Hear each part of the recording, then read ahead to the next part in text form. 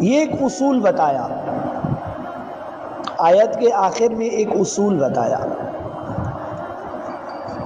اصولی بات یہ معلوم ہوئی ہمیں کہ احکام کی مصلحتوں اور حکمتوں کا جاننا ضروری نہیں ہے۔ اب پچھلے دنوں کی بات ہے، ایک صاحب سوال کر رہے ہیں مجھ سے کہ مفتی صاحب جمعے والے دن ظہر کی نماز کیوں نہیں پڑھتے، جمعہ نماز کیوں پڑھتے ہیں؟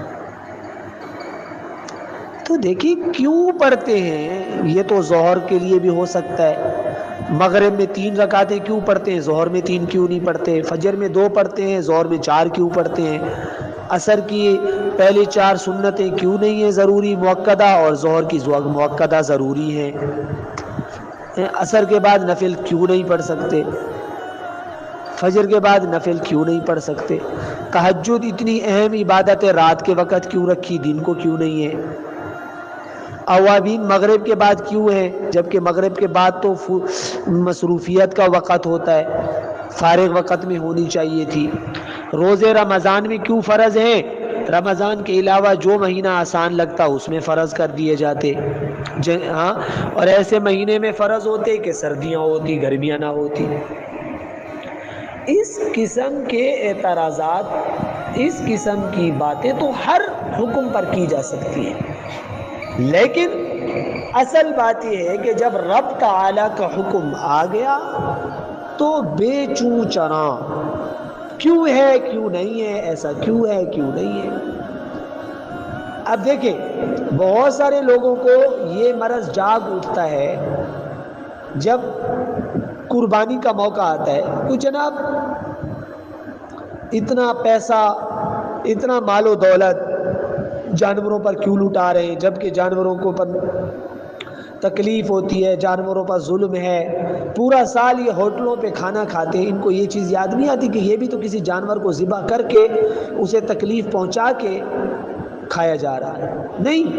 یہ ان کو کب یاد آئے گا، جب فرض قربانی واجب قربانی کا ٹائم آئے گا۔ پورا سال وہ جو ہے سوئٹزرلینڈ، دبئی، قطر، فلاں ملک فلاں اور پاکستان ٹور وہاں پیسہ ضائع کریں گے، لیکن جب حج پر پیسہ لگانے کا وقت آتا ہے یہ پیسے کا ضیاع ہے، تو یہ آج ان کو پیسے کا ضیاع کیوں یاد آیا، اس سے پہلے پیسے کا ضیاع کیوں یاد نہیں تھا۔ تو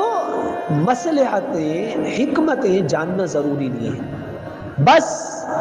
ہمیں تو تابعداری کرنی ہے، اور تابعداری کیا ہے، رب تعالی کا حکم آیا مان لیا۔ حالانکہ آپ اندازہ کریں پورا دن آدمی روزہ رکھے کتنا مشکل ہوتی ہے تراویح کے اندر کھڑا ہونا، لیکن رب کا حکم ہے، نبی کریم صلی اللہ علیہ وسلم کی سنت ہے، نبی کا پسندیدہ عمل ہے، تو ہم مسلمانوں کو بے چوں چراں کھڑے ہونا ہے، بس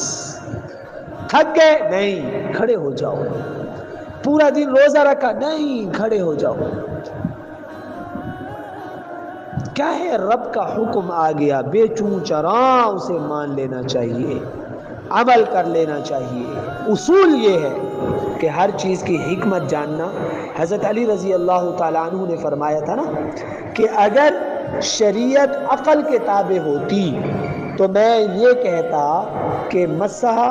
موزے کے اوپر نہیں موزے کے نیچے کرنا چاہیے، کیونکہ گندگی موزے کے نیچے سے لگتی ہے اوپر سے نہیں لگتی، لیکن شریعت عقل کے تابع نہیں ہے، عقل شریعت کے تابع ہے، شریعت نے حکم دے دیا، عقل کے گھوڑے دوڑانا چھوڑ دینا چاہیے اور مان لینا چاہیے، یہ ہے اصل حکم، اور اسی کو کہتے ہیں اللہ جانتے ہیں اور آپ میں ہم کچھ بھی نہیں جانتے۔